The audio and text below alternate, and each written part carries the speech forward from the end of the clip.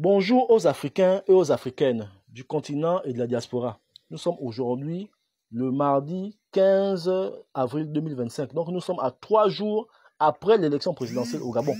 Vous savez qu'il y a une élection présidentielle qui s'est passée au Gabon. Brice Cotter Oligui Nguema, le président de la transition, a été démocratiquement élu avec 90,35%.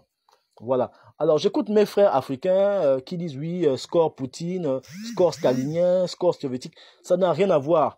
Vous ne connaissez pas la réalité politique au Gabon. Et je vais vous donner les arguments qui font que Brice Cotter Oligui Nguema a été largement publicité, et même très largement par le peuple gabonais. Et pourquoi est-ce que celui qui arrive en deuxième position, Alain Claude Bilibinze, l'un des personnages les plus détestés au Gabon, n'a eu que 3%. Et même là encore, il a été heureux d'avoir même ces 3%. Il devait avoir au minimum 0% ou 1% au maximum. Alors, il faut savoir que Brice Cotter Oligui Nguema a déjà le bilan de la transition. Il ne s'est pas contenté de réformer les textes. Il y a aussi mis l'accent sur l'emploi des jeunes. 800 taxis qu'il a fait venir. Ça crée 800 emplois pour des jeunes gabonais. Et voilà, le rachat de plusieurs entreprises pétrolières. Là, en 2026 ou en 2025, lorsqu'il va s'installer au pouvoir, le travail va réellement commencer. Donc, il a déjà un bilan de 19 mois très élogieux qui parle pour lui. Voilà. De l'autre côté, on a M. Alain Claude Bilibinze qui est arrivé deuxième, qui est l'un des personnages les plus détestés, d'accord, de la politique gabonaise, parce que c'est quelqu'un, lorsqu'il était au pouvoir, très fanfaron, très arrogant, qui n'a pas arrêté de lancer des injures au peuple gabonais lorsqu'il était aux affaires.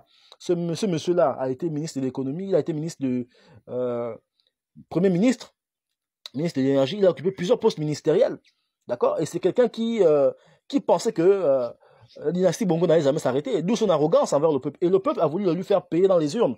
Voilà ce qui explique que Brice Cotter Oligui Nguema a été largement publicité, parce que choisir entre celui qui est venu enlever la dynastie Bongo et le majordome, on peut dire, Alain Claude Bilibinze, qui était clairement le ventriloque de la famille Bongo.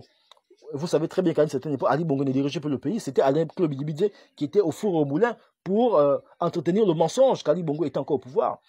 J'ai posté une vidéo très récemment où on le voit avec lorsque Emmanuel Macron est arrivé au Gabon, c'est Alain Claude Bilibinze qui a accueilli Macron à l'aéroport. Pourquoi? Parce qu'Ali Bongo ne dirigeait plus le pays, il n'était plus capable de diriger le pays.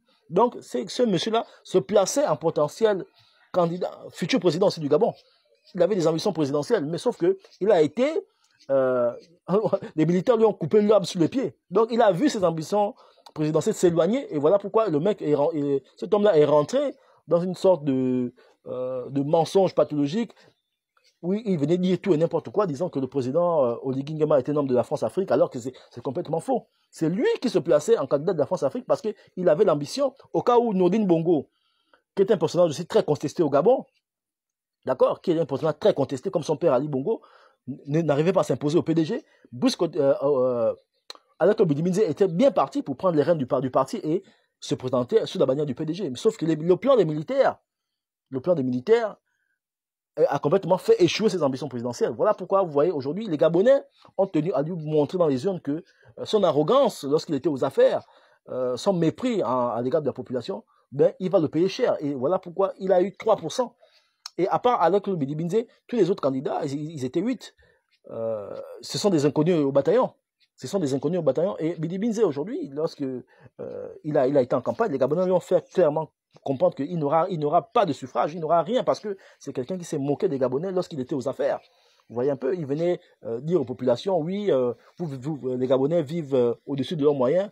C'est ça qui explique la paupérisation du peuple. Il n'y a pas eu les morts au QG des Jamping, c'était des pillards qui s'étaient réfugiés là-bas, que la police a délogés.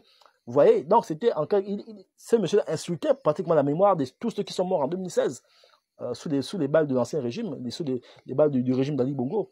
Donc les Gabonais ont tenu à lui faire comprendre que voilà, il n'aura absolument rien dans les urnes. Voilà. Donc voilà ce qui explique le score de Brice Cotter Oligui Nguema. Les autres candidats, bon, ils sont inconnus au bataillon, d'accord, ils ne représentent rien. C'est des personnes qu'on a découvertes même là, juste pendant l'élection présidentielle. Mais Alain Claude Bilibinze, c'est quelqu'un qui a gravi des échelons, mais vraiment de manière, dans le mauvais sens en fait. Dans le mauvais sens.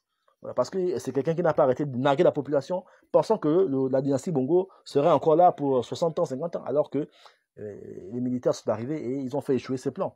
Voilà. Dites-moi dans les commentaires ce que vous en pensez. Merci.